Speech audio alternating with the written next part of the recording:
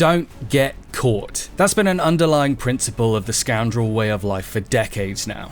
Ever since an exacerbated Han Solo tried to talk his way out of an encounter with Jabba the Hutt in Star Wars A New Hope, the crime lord wants to know what sort of smuggler would drop his cargo at the first sign of an Imperial starship. And the answer is why many became so enamored with Solo as an archetype. He's a wild card, willing to do anything to survive another day in a galaxy battling between light and dark forces, no matter the personal cost or reputational consequences to his actions. Star Wars Outlaws does its best to render this fantasy into reality, but developer Massive Entertainment has misinterpreted elements of its appeal through an ailing contextual stealth system, unkind progression checkpointing, and frequently rigid objective parameters.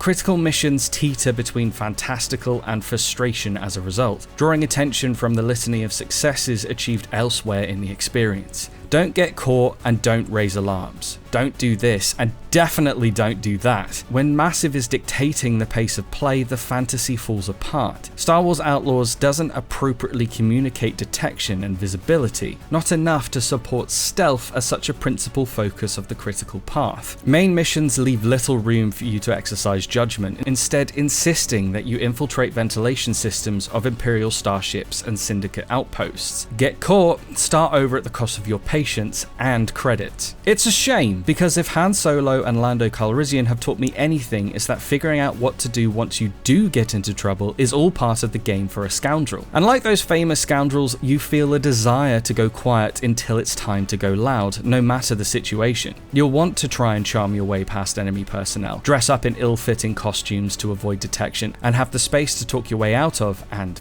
into trouble. Instead, there's a whole lot of vents and an annoying rhythm-based lockpicking minigame to access a great many of them. Star Wars Outlaws exists in this weird space as a result. It's one of the best Star Wars games, but a bad stealth action experience, and understanding what you value more will ultimately tip you towards or away from this adventure.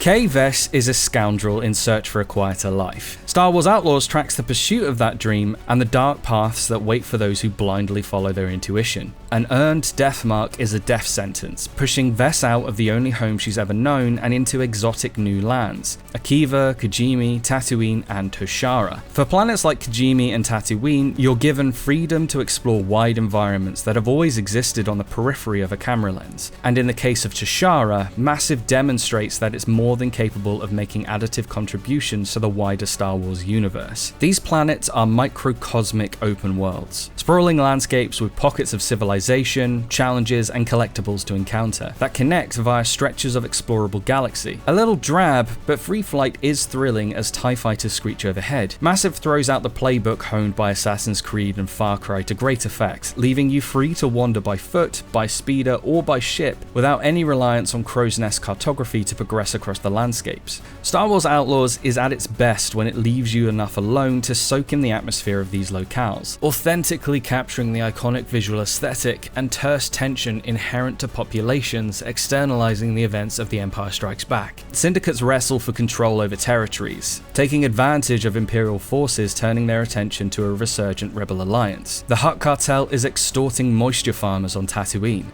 Maybe you can help. The Pike Syndicate is fixing sabacc tournaments and Fathia races. Maybe you want in on that action. And Crimson Dawn, a shadow in the corner of every cantina.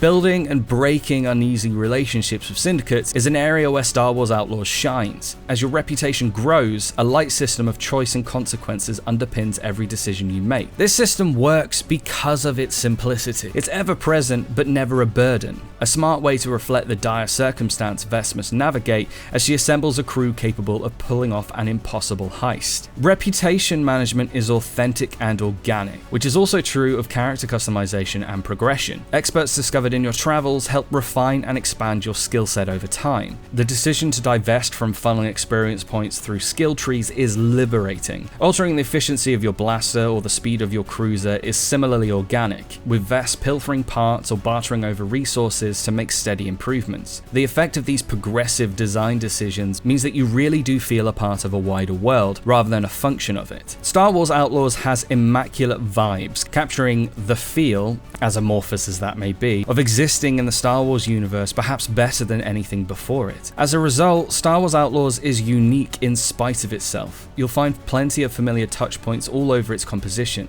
Environment navigation has echoes of Uncharted, albeit without the polish typically associated with Naughty Dog Productions. The way side stories unfurl across the open worlds has shade of Red Dead Redemption, though Massive doesn't commit to intricate systemic design. Gears of War's perfect reload dictates combat flow when you wield an inelegant weapon for a more uncivilized age, while the way Vest contextually shifts around cover in shootouts may bring about memories of Quantum Break. But what I was reminded of the most while playing Star Wars Outlaws was the experience of sitting down with Mass Effect for the first time in 2007. A game that, despite its poor performance and flawed combat, really ignited the imagination.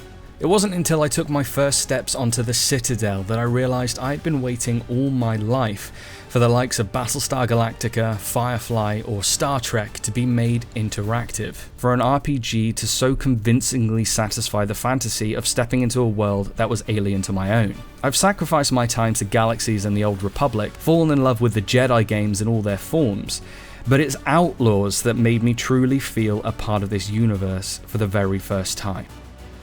We give Star Wars Outlaws 3.5 stars out of 5. So, will you be playing Star Wars Outlaws, or do you need some more convincing? Let us know in the comments, and stick with GamesRadar for the latest news, reviews, and more.